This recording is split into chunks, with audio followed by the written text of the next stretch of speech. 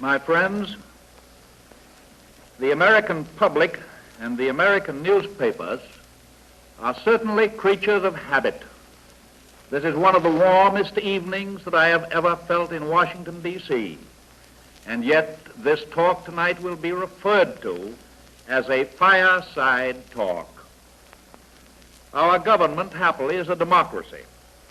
As part of the democratic process, your president is again taking an opportunity to report on the progress of national affairs, to report to the real rulers of this country, the voting public.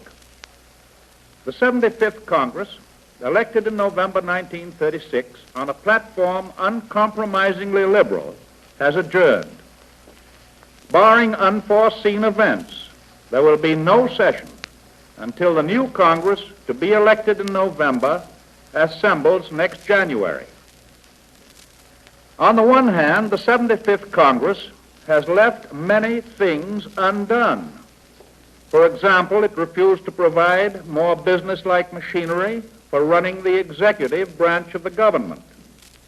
The Congress also failed to meet my suggestion that it take the far-reaching steps necessary to put the railroads of the country back on their feet.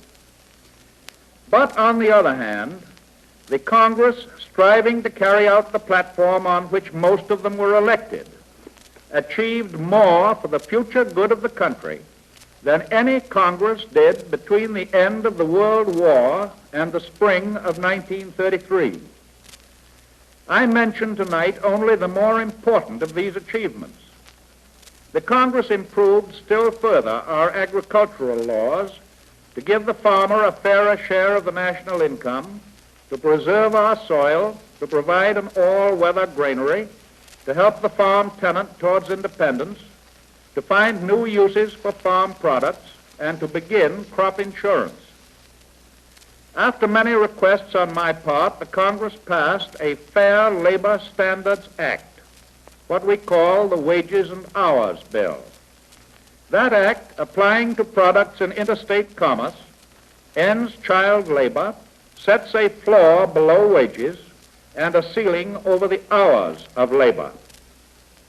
Except perhaps for the Social Security Act, it is the most far-reaching program, the most far-sighted program for the benefit of workers that has ever been adopted here or in any other country. Without question, it starts us towards a better standard of living and increases purchasing power to buy the products of farm and of factory. Do not let any calamity-howling executive with an income of $1,000 a day, who has been turning his employees over to the government relief rolls in order to preserve his company's undistributed reserves, tell you, using his stockholders' money to pay the postage for his personal opinions, tell you that a wage of $11 a week is going to have a disastrous effect on all American industry. Fortunately for business as a whole, and therefore fortunately for the nation, that type of executive is a rarity with whom most business executives most heartily disagree. The Congress has provided a fact-finding commission to find a path through the jungle of contradictory theories about the wise business practices, to find the necessary facts for any intelligent legislation on monopoly, on price fixing, and on the relationship between big business and medium-sized business and little business.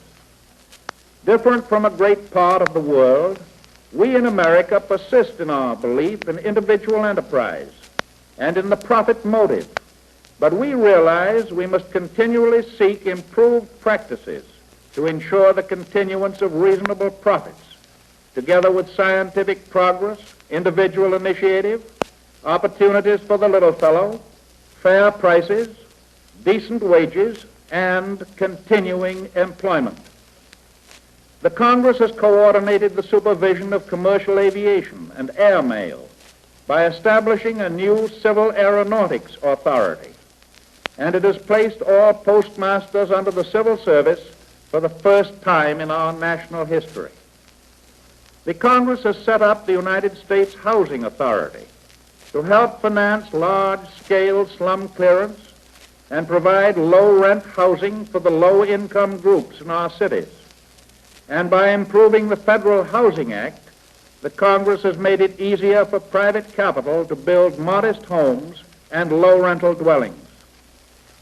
The Congress has properly reduced taxes on small corporate enterprises and has made it easier for the Reconstruction Finance Corporation to make credit available to all business. I think the bankers of the country can fairly be expected to participate in loans where the government, through the RFC, offers to take a fair portion of the risk. So, too, the Congress has provided additional funds for the Works Progress Administration, the Public Works Administration, the Rural Electrification Administration, the Civilian Conservation Corps, and other agencies, in order to take care of what we hope is a temporary additional number of unemployed at this time, and to encourage production of every kind by private enterprise. All of these things together I call our program for the national defense of our economic system. It is a program of balanced action, of moving on all fronts at once in intelligent recognition that all of our economic problems of every group and of every section of the country are essentially one problem. Finally, because of increasing armaments in other nations and an international situation which is definitely disturbing to all of us, the Congress has authorized important additions to the national armed defense of our shores and our people. On one other important subject, the net result of a struggle in the Congress has been an important victory for the people of the United States, what might well be called a lost battle which won a war. You will remember that a year and a half ago, nearly, on February 5th, 1937, I sent a message to the Congress dealing with the real needs of federal court reforms of several kinds. In one way or another, during the sessions of this Congress, the ends I spoke of, the real objectives sought in that message, have been substantially attained.